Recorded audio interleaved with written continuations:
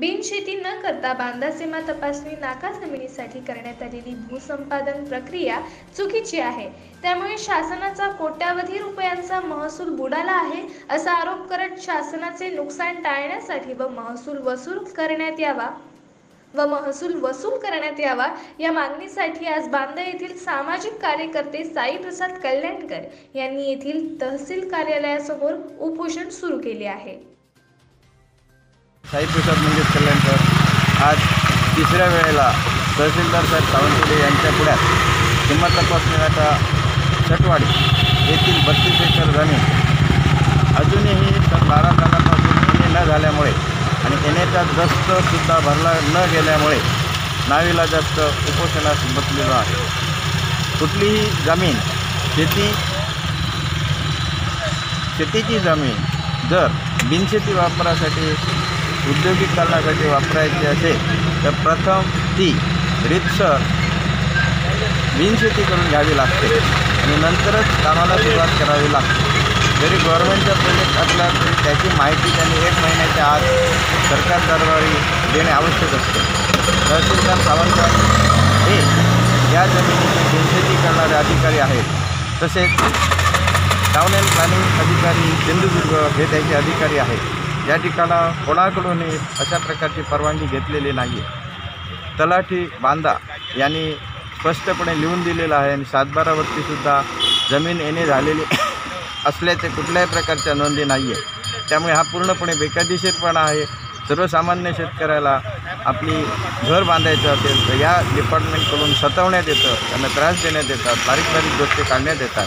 परंतु या ठिकाणी मात्र या कार्यालयातून कुठल्याही प्रकारचं सहकार्य देण्यात येत नाही आहे। या जमिनीचा वापर बिनशेती वापरासाठी आज 12 सालापासून होत असतानासुद्धा त्याच्याकडे पूर्णपणे दुर्लक्ष केलं जात आहे। कोणाच्या कृपा आशीर्वादाने अशा प्रकारे अधिकारी हे काम करत आहेत याच्याबाबत आता साशंका निश्चितच निर्माण झालेली आहे। कारण जून महिन्यापासून मी हा विषय प्रत्कर्षाने मांडत आलेला आहे। त्यापूर्वीसुद्धा हा विषय अशाच प्रकारे मांडत आलेलो होतो।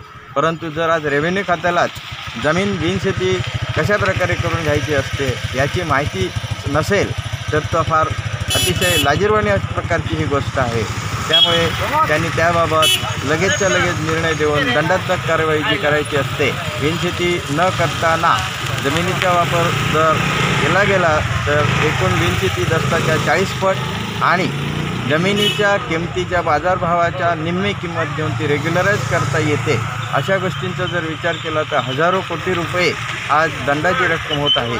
आज या रेव्हेन्यू खात्याच्या अधिकाऱ्यांच्या दुर्लक्षामुळे या ठिकाणी या रकमेचा रेव्हेन्यूचा नुकसान फार मोठ्या प्रमाणात होत आहे। त्याकडे शासनाने त्याचप्रमाणे प्रशासनाने अतिशय सत्वरतेने लक्ष घालावे आणि ही जमिनीची जी बिनशेती करायची प्रक्रिया आहे ती करण्यात यावी। या प्रकल्पामध्ये असलेला बेकायदेशीरपणा हा अनेक बाबतीतला आहे। त्या ठिकाणी एन्व्हायरमेंट क्लिअरन्स दाखला घेण्यात आलेला नाही। त्या ठिकाणी रस्त्याच्या मध्यबिंदूपासून 75 मीटरच्या आतील बांधकाम पाडून टाकण्याबाबतच्या आदेश झालेले आहेत। त्याचप्रमाणे बेकायदेशीर उत्खननाबाबत 349 कोटीचे आदेश तहसीलदार साहेब सावंतवाडी यांनी दिलेले आहे। तर त्या बाबतीतसुद्धा वसुलीची प्रक्रिया अतिशय दिरंगाई पद्धतीने होत आहेत। त्याचप्रमाणे इतरही काही गोष्टी यात आहेत ते कालव्याच्या एन्क्रोचमेंट, कालव्यापासून 30 मीटरच्या आत झालेलं बांधकाम हे फौजदारी गुन्हा आहे आणि त्याच्यासाठी दिलेली मुदत ही 1 डिसेंबर रोजी संपलेली आहे।